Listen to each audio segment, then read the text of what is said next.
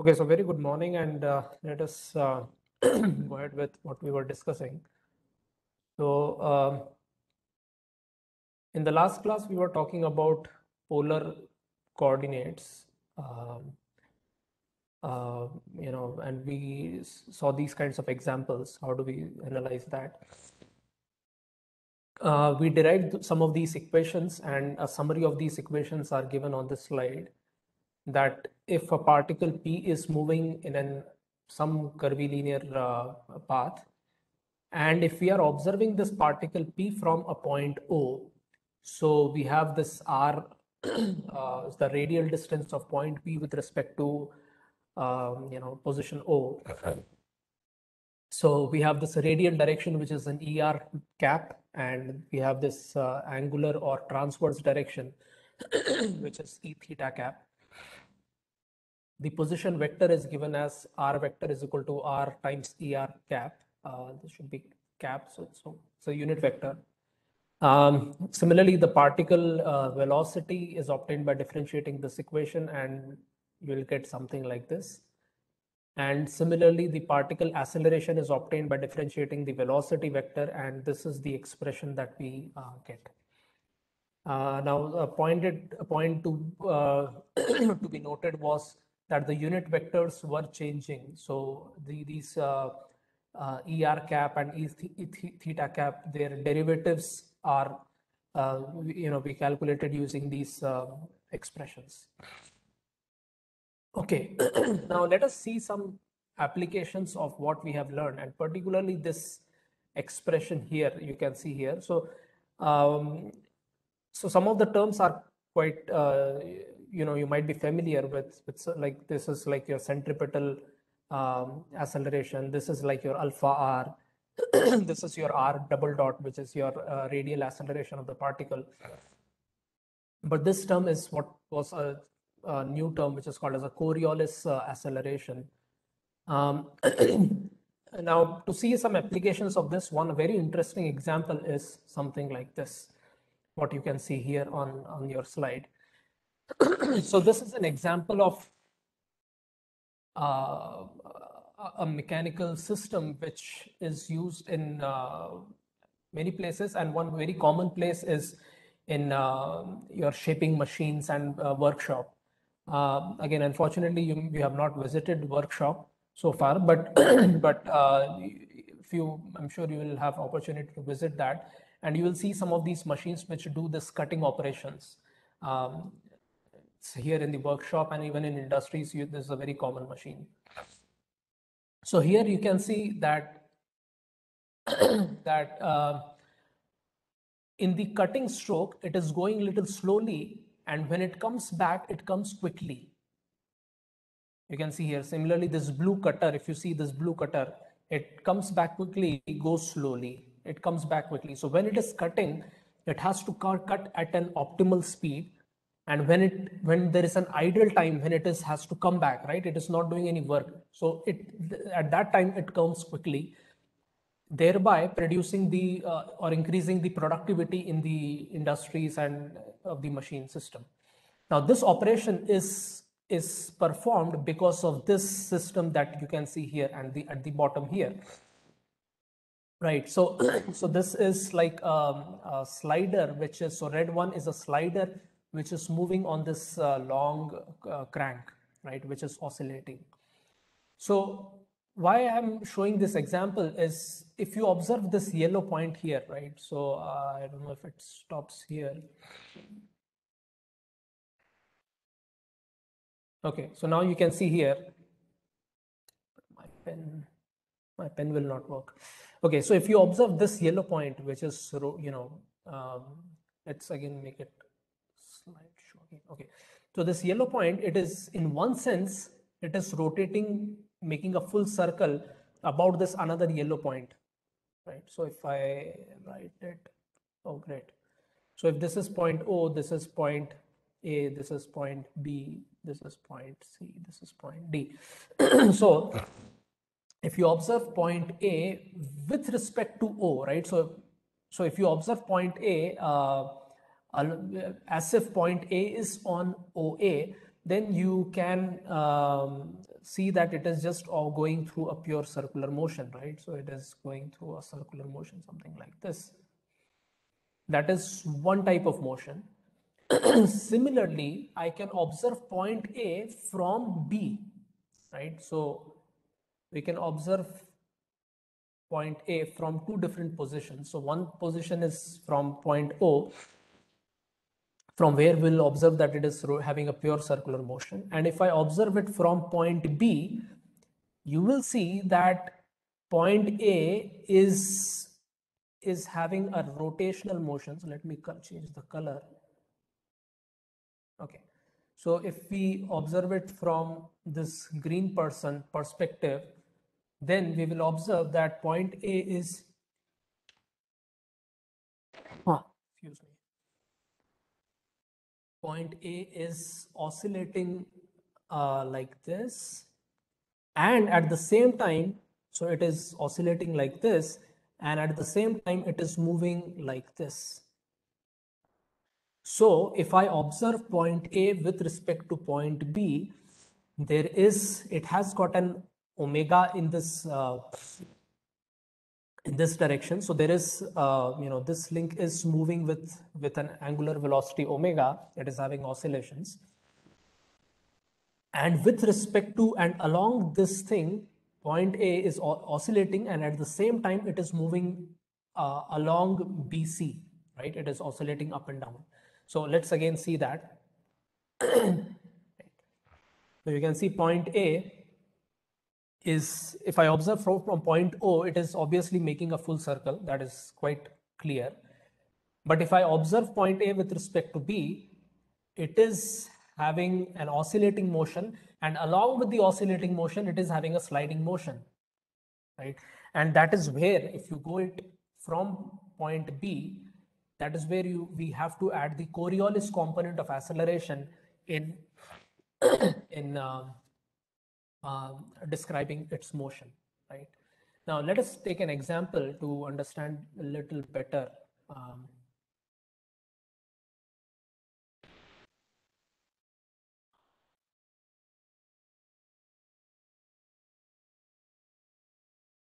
Okay, so I hope again you can see my screen where I have done this derivation. And let us take an example.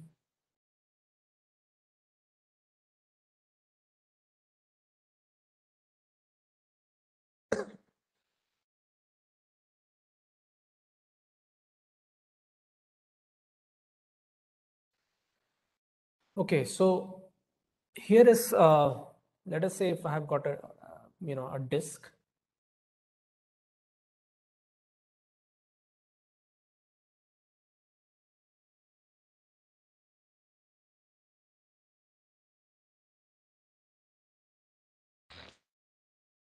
This disk is rotating with an angular velocity of omega, and it has got an angular acceleration of omega dot. Let us say there is a particle P or an ant or something like that, which is moving on this disk in the radial direction. So for a sake of simplicity, you can consider that there is a slot in this thing, and in this, the particle or an ant, whatever it is, it is moving with a velocity v, and it has got an acceleration v dot with respect to the disk. Right. So the question is, find the velocity and acceleration of particle or person, whatever. So this is P, and this is moving on this disk. So disk is rotating, and on this disk, this particle is moving. So this is the case quite similar to what we have seen. So if I have got a rod which is rotating, and on this rod I have got a slider which is moving with respect to the rod. So this is exactly the same thing. And now let us see how do we express the velocity and acceleration of the particle. Okay, now let us see it from the top view to get a better picture. So this is, let's say I'm seeing from the top, this is the center, and this is the particle P. Now, if the disk is rotating with omega, so therefore this will have a velocity of omega r. So let us say at this instant, it is at a distance of r. So this will have a linear velocity of omega r. And at the same time, this particle is moving with a velocity v, in the radial direction. So it has got a velocity v like this. So now we will say velocity of particle is equal to velocity of particle with respect to the disk plus velocity of the disk. So if I observe this particle from a point on the disk, then the velocity of disk is your omega r, and we have to do a vector addition. So it is not just a scalar addition, but we have to do a vector addition. So we'll do it on this triangle here. So this is your omega r and this is your v, but this have to be added vectorially. So to add these two, I can draw a diagonal of this thing, or I can shift this vector v on the top like here, and then I can do a vector addition, and this is v net. So v resultant v of the particle is, so its magnitude is, it will be at 90-degree angle. So therefore this is going to be omega square r square plus v square. Okay. So this is quite straightforward. The next part is acceleration. Also you can calculate the direction. So let's say if you call this angle as theta, so your theta is tan inverse of omega r by v, right? You can also calculate that. Now if we go to the acceleration, and if I again draw this disk, the top view, and this is the particle P, radial distance r. So this has got the first acceleration is minus omega square r. So this will be towards this, so omega square r. So this is what is your centripetal acceleration. And then the particle also has got its r double dot, which is same as your v dot. So particle is moving with an acceleration with respect to the disk. So that is your v dot. So these are two radial acceleration, and then the transverse component is, one will be your omega dot r, which is your alpha r, right, or theta double dot r. So this is one acceleration. The second acceleration will be your 2 times omega cross v, right, or 2 times theta dot times x dot, right? So this is what is called as your Coriolis acceleration.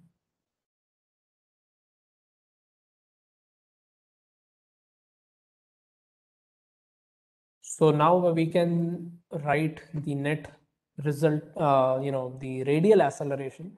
So radial acceleration means along this direction. So this is along your radial direction. Acceleration component will be r double dot minus omega square r, and this is along your er cap. That's your radial acceleration. And your transverse acceleration, the acceleration in the theta direction is r theta double dot plus 2 r dot theta dot times r dot. So this is in e theta cap. which is same as your r times v dot plus 2v times omega dot, no, omega times v, a theta cap.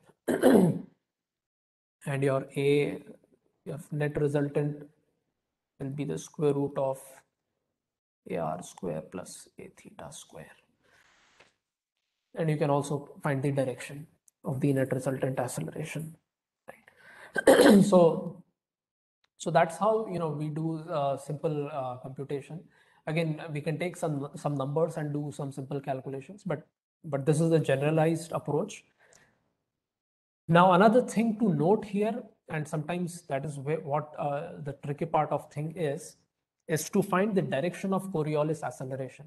So sometimes the direction of Coriolis acceleration is not always clear if the problem is complicated. So the direction of Coriolis acceleration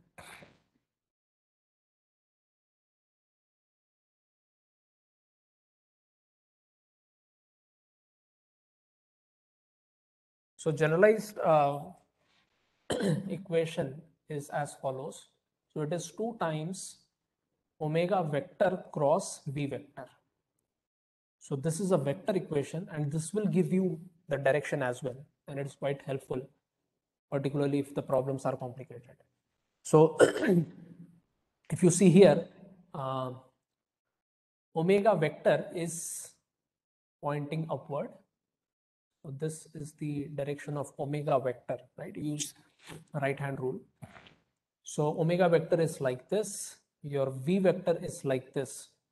So omega cross v is going inside the page, right? So this is the direction when it is going inside the along the disk, right? So this is your direction of your A Coriolis, and which is what we have used here.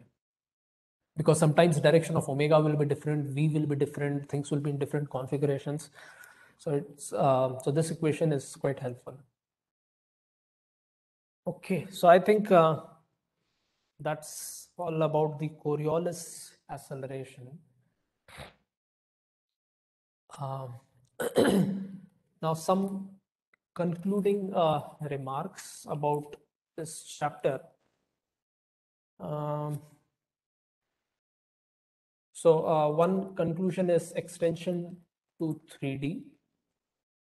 So of course in Cartesian it is quite straightforward, x, y, z. But if you have polar coordinates, then there are different ways. So one way is what is called as cylindrical coordinates. So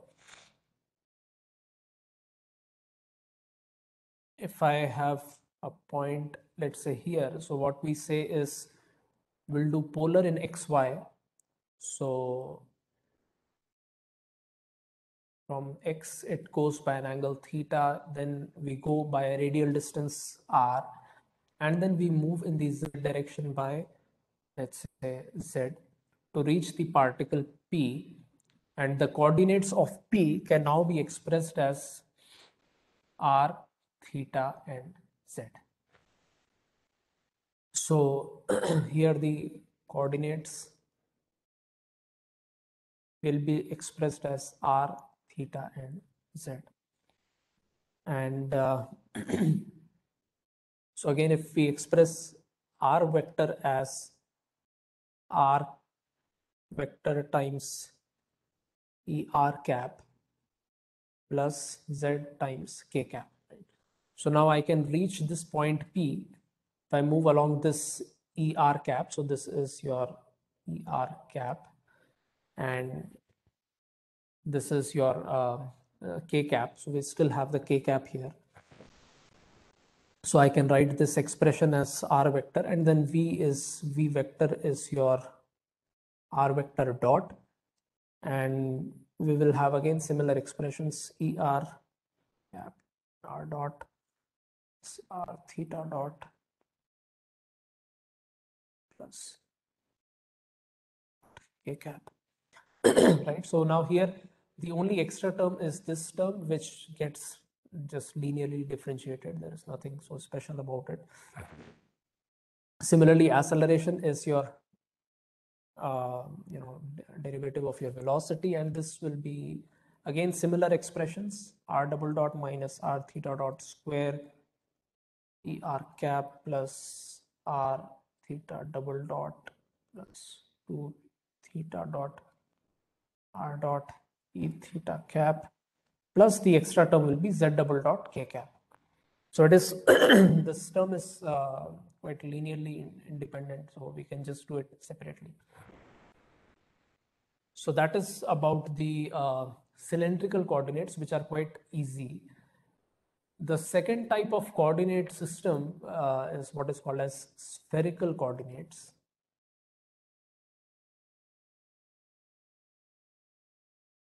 And these have applications, as we discussed, like radar and satellite tracking and airplane tracking and so on. So if you have this radar system which tracks, so this is the origin, and then it tracks the position in three coordinates.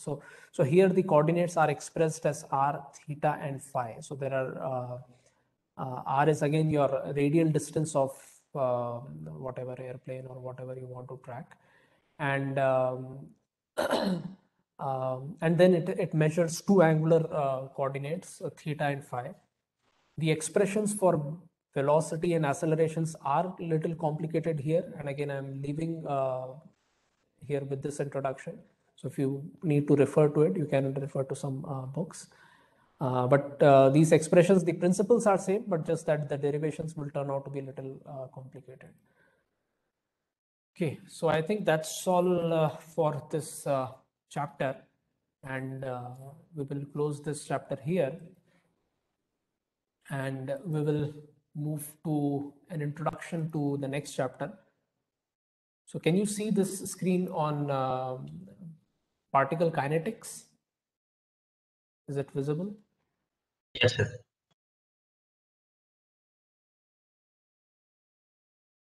Shashwat, I could not hear. Can you repeat again? Yes, sir, it's visible. Okay. So the next topic is particle kinetics. So far we have seen particle kinematics, and now we are kind of introducing to getting started with particle kinetics. And again, it starts with it's basically your basic things which are called Newton's laws of motion. Because now here we want to get a relationship between acceleration and force. So we have seen in kinematics, we have seen how do we describe or express accelerations. But now, so displacement, velocity, and accelerations. But now accelerations, we want to relate it to the force. So that's what Newton's laws of motion gives. So Newton's, particularly the second law of motion, says that the net resultant force in a particular direction is equal to mass times the acceleration, the resultant acceleration. So you can say it in both ways. So you can say the net force required to produce a certain acceleration can be calculated like this, or we can say that if there is a certain amount of force acting on a system, the system will accelerate by a acceleration given by F by m, right? So so you can express this thing in both ways. However, important points to note is that this is a vector equation. So I've not put a cap here, but these are bold letters, so it indicates these are vectors. So the net forces in a particular direction is equal to net acceleration of that particle in that particular direction.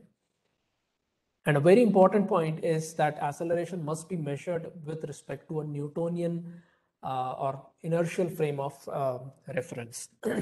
So what is that inertial frame of reference? So it is a frame which is not accelerating either linearly or in a rotational frame of reference, or not having a rotating motion. So that's a inertial reference frame. But now this leads us to a very interesting puzzle, that where is such an inertial reference frame, right? So this leads us to a very interesting question, that Newton's laws, which are one of the most famous laws and basis of so many things. It is based on an inertial reference frame. That acceleration has to be observed. So this acceleration has to be observed from a reference frame, just like we have seen in the previous chapter. So we have to observe things from a particular coordinate system or a frame. So that thing has to be in inertial reference frame, means it should not be accelerating. Now question comes, where is such an inertial reference frame? So for a common purpose, yeah. So for excuse me.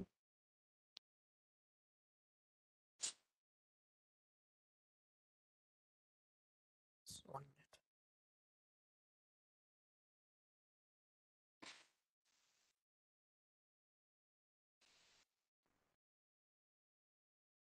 So the common frame of reference that we use is Earth, and excuse me. And so if you do the measurements from Earth, the Earth is also supposed to be rotating, right? So it has a certain omega of rotation. And if we are observing it from certain point, then then there is an acceleration of omega square r, right? The centripetal acceleration. Now, if you do a simple calculation of this omega, so for rotation, it takes 24 hours, right? So for one rotation, which is 2 pi radians, it is taking 24 hours multiplied by 3600 seconds, right? So this is your radian per second. That's your omega. Omega square times r, the radius of Earth, which I think is 6,400 kilometers. Most likely it is like that number.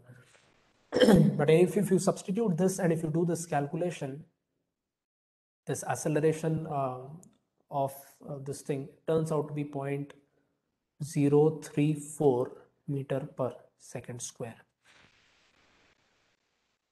So in one sense, it is not perfectly zero. So even on the surface of the Earth, we are actually accelerating. So this is just one component of acceleration.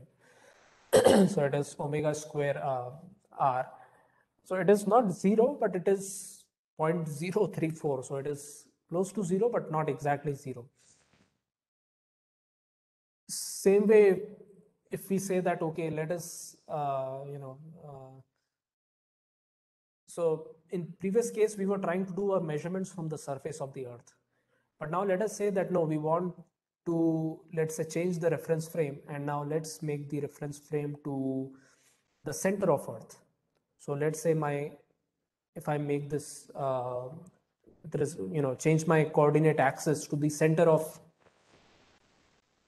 the Earth, which again, no, we don't know, no one knows what is there. But let's, from an ideal point of view, let us make that change. But now even the Earth is having a revolution with respect to the Sun, right?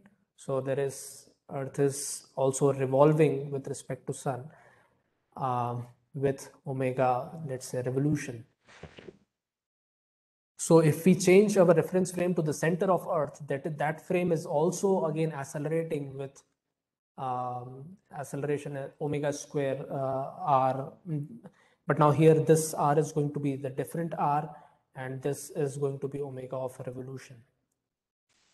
So this omega of revolution is again 2 pi. It takes completes one revolution in 365 days.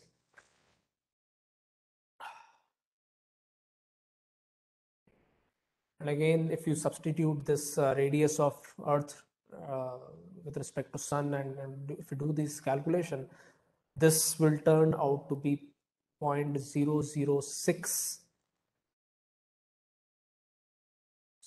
meter per second square. Again, it is not zero. It is 0.006, still a finite acceleration. So even the center of Earth is also not an ideal reference frame.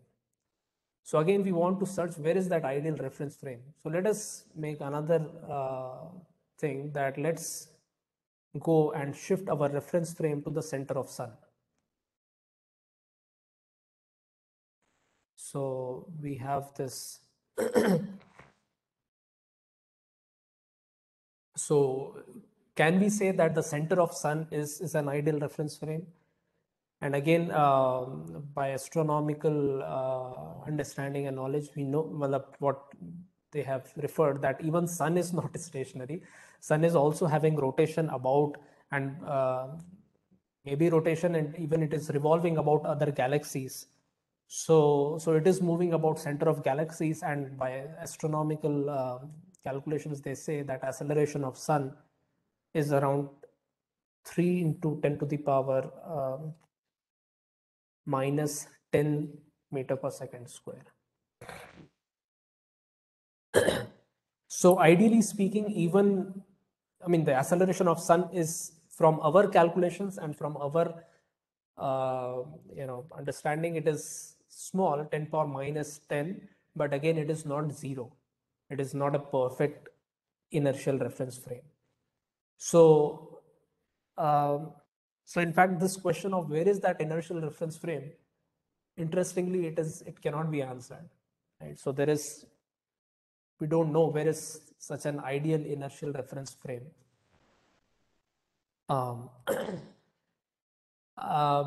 However, for most of our engineering calculations, if you want to do analysis of simple projectiles or bridges or some simple machines and so on, the reference frame attached to our present surface of the Earth, this gives us a decent decent values. So if we are on a accelerating frame, we have to have certain corrections to the equations, but since these acceleration values are very small, the corrections to those equations are very minimal, and we are good enough by just applying the Newton's laws, assuming that our present surface is an inertial reference frame, right? So that's the basis of all the calculations, all the engineering things. And Newton's laws gives, as I said in the beginning, that it gives a very simple way of expressing things, although by Einstein's theory and so on, the Newton's laws are not correct, or they are just a special case where where they are valid. But there is a bigger picture which is more complicated. And even nowadays, there are theories, questioning even Einstein's laws as well. So again, I don't know many of these things, but for our engineering purposes, Newton's laws applied with respect to the surface of the Earth is good enough. And I think that's all for this lecture. So see you in the next class.